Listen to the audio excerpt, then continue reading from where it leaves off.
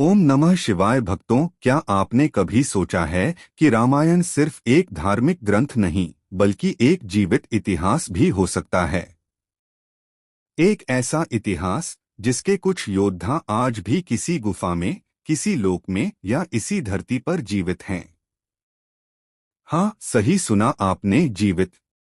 कहते हैं समय के साथ युग बदलते हैं, पर कुछ आत्माएं समय से भी परे होती हैं, जो धर्म की रक्षा के लिए त्रेता, द्वापर और कलयुग तीनों युगों में अपना अस्तित्व बनाए रखती हैं।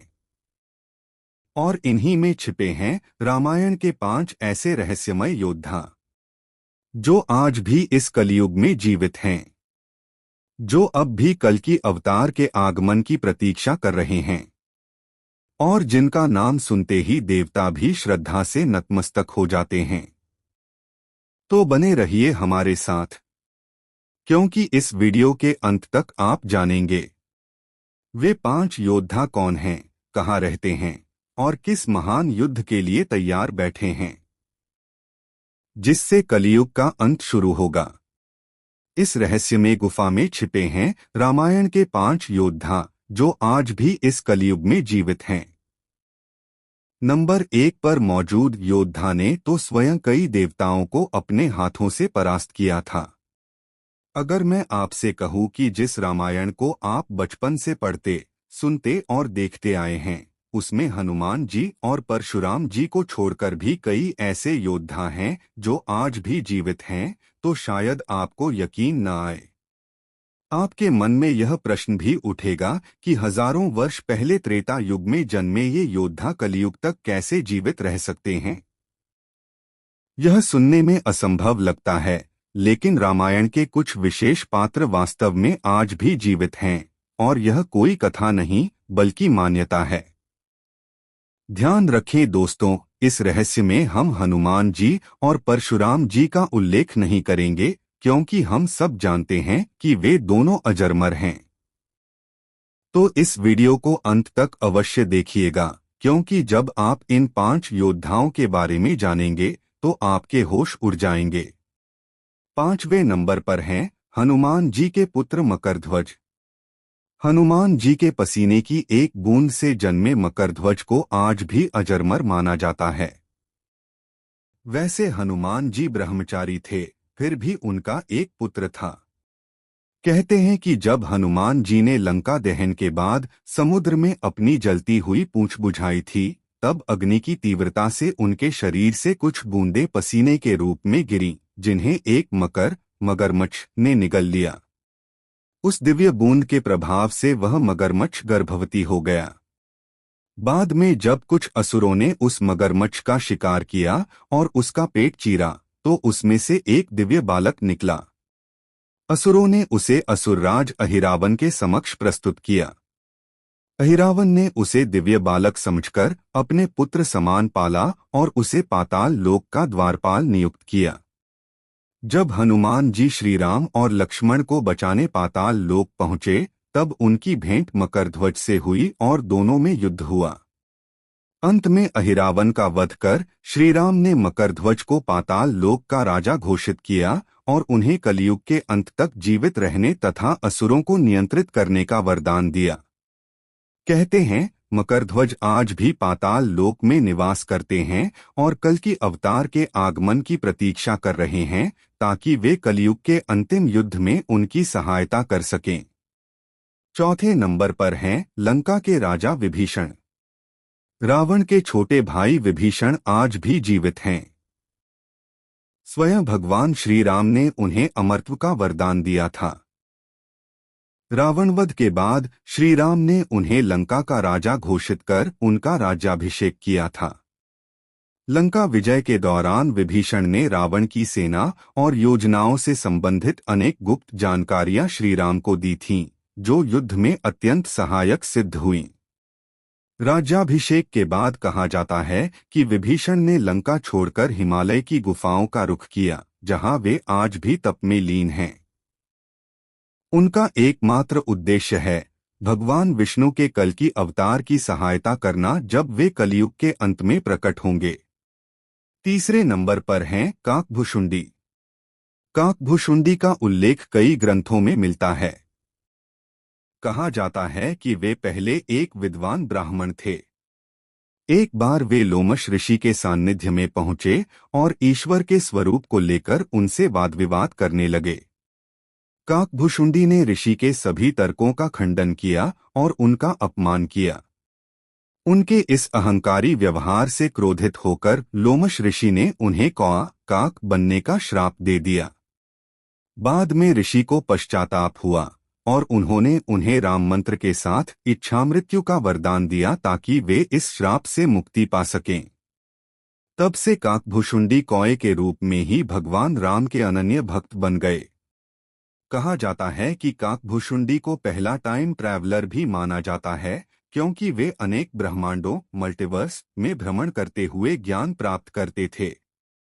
कहते हैं उन्होंने 11 बार रामायण और 16 बार महाभारत देखी थी, यानी विभिन्न लोकों में घटित वे घटनाएं जिन्हें हर ब्रह्मांड में अलग समय पर अनुभव किया गया। वे भी कलयुग के अंत तक जीवित रहेंगे ताकि भगवान विष्णु के कल की अवतार की हर संभव सहायता कर सकें। दूसरे नंबर पर हैं महान योद्धा राजा मुचुकुंद। सूर्यवंश के प्रसिद्ध राजा मांधाता के पुत्र राजा मुचुकुंद त्रेता युग के महान धर्मनिष्ठ और पराक्रमी राजा थे। उनकी वीरता से स्वयं देवराज इंद्र भी प्रभावित थे। कहा जाता है जब देवताओं और असुरों के बीच भयंकर युद्ध हुआ तब असुरों ने देवताओं को पराजित कर दिया। तब देवताओं ने सहायता के लिए राजा मुचुकुंद को बुलाया। मुचुकुंद ने देवताओं की सहायता की और असुरों का संहार किया। यह युद्ध बहुत लंबा चला, जिससे वे अत्यंत थक गए। प्रसन्न होकर इंद्र ने उन्हें वरदान मांगने को कहा। मुचुकुंद ने कहा कि वे पृथ्वी पर लौटना चाहते हैं, किंतु इंद्र ने बताया कि स्वर्ग, पृथ्वी और देवलोक के समय में बहुत अंतर होता है। अब बहुत युग बीत चुके हैं और उनके सभी परिजन मृत्यु को प्राप्त हो चुके हैं। यह सुनकर मुचुकुंद ने विश्राम की इच्छा व्यक्त की। तब इंद्र ने उन्हें वरदान दिया कि वे किसी निर्जन गुफा में जाकर सो सकते हैं और यदि कोई उन्हें जगाएगा तो उनकी दृष्टि से वह व्यक्ति भस्म हो जाएगा। महाभारत में वर्णन आता है कि जब काल्यवन भगवान श्री कृष्ण का पीछा करता हुआ आया तो श्री कृष्ण उसे उसी गुफा में ले गए जहां मुचुकुंद सो रहे थे। काल्यवन ने श्री कृष्ण समझकर मुचुकुंद को जगाया और जैसे ही उनकी नेत्राग्नि उस पर पड़ी वह तत्क्षण भस्म हो गया। कहते हैं कि राजा मुचुकुंद आज भी हिमालय की किसी गुफा में समाधिस्थ हैं और वे भी कल की अवतार के प्रकट होने तक जीवित रहेंगे। नंबर 1 पर हैं जाम्बवान ऋक्षराज जाम्बवंत। जाम्बवंत यानी ऋक्षराज, जिन्हें भालुओं के राजा के रूप में जाना जाता है, त्रेता युग के ही नहीं बल्कि सृष्टि के प्रारंभिक युगों से विद्यमान हैं। कहा जाता है कि जब ब्रह्मांड की सृष्टि हो रही थी तब जाम्बवन को स्वयं ब्रह्मा जी ने उत्पन्न किया था, इस आदेश के साथ कि वे हर युग में धर्म की रक्षा में देवताओं की सहायता करेंगे। जाम्बवन का उल्लेख न केवल रामायण में बल्कि महाभारत में भी मिलता है, जो इस बात का प्रमाण है कि वे त्रेता युग से लेकर द्वापर युग तक जीवित रहे। कहा जाता है जब भगवान श्री राम ने सेतुबंध बनाया और लंका विजय के लिए सेना संगठित की तब जाम्बवन ने हनुमान जी को उनकी शक्ति का स्मरण कराया। वह वही क्षण था जब हनुमान जी ने जय श्री राम का उच्चारण करते हुए समुद्र लांघा था। यानी अगर हनुमान जी ने लंका तक छलांग लगाई तो उसके पीछे जाम्बवन की प्रेरणा और मार्गदर्शन था। जाम्बवन का अमरत्व और भगवान कृष्ण से भेंट। द्वापर युग में जब भगवान श्री कृष्ण ने स्यमंतक मणि नामक रत्न प्राप्त किया तब जाम्बवन को यह भ्रम हुआ कि किसी ने उनके परिवार से वह रत्न चुरा लिया है। कृष्ण और जाम्बवन के बीच भयंकर युद्ध हुआ। यह युद्ध 28 दिन और रात तक चला। अंत में जब जाम्बवन ने कृष्ण के तेज और दिव्य रूप को देखा तो उन्हें एहसास हुआ कि यह वही श्री राम हैं, जिनकी वे त्रेता युग में सेवा कर चुके हैं। वे तुरंत श्री कृष्ण के चरणों में गिर पड़े और क्षमा मांगते हुए अपनी पुत्री जाम्बवती का विवाह उनसे कर दिया। भगवान कृष्ण ने प्रसन्न होकर उन्हें आशीर्वाद दिया कि हे जाम्बवन, तुम तब तक जीवित रहोगे जब तक धर्म और अधर्म का अंतिम संग्राम नहीं होता, और तुम कल की अवतार के समय फिर से उपस्थित रहोगे। कई मान्यताओं के अनुसार जाम्बवन आज भी हिमालय की किसी गुप्त गुफा में ध्यानावस्था में हैं। कहीं कहीं यह भी कहा जाता है कि वे कैलाश पर्वत के निकट स्थित गुह्य गुफाओं में निवास करते हैं, जहां वे कल की अवतार की प्रतीक्षा कर रहे हैं।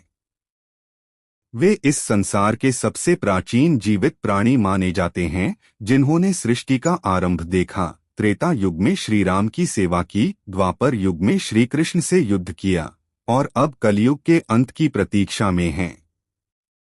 तो मित्रों, ये थे वे 5 अमर योद्धा जो रामायण से जुड़े हुए हैं और आज भी इस पृथ्वी या गुप्त लोकों में जीवित माने जाते हैं। 1. ऋक्षराज जाम्बवन। 2. राजा मुचुकुंद। 3. काकभुशुंडी। 4. विभीषण। 5. मकरध्वज।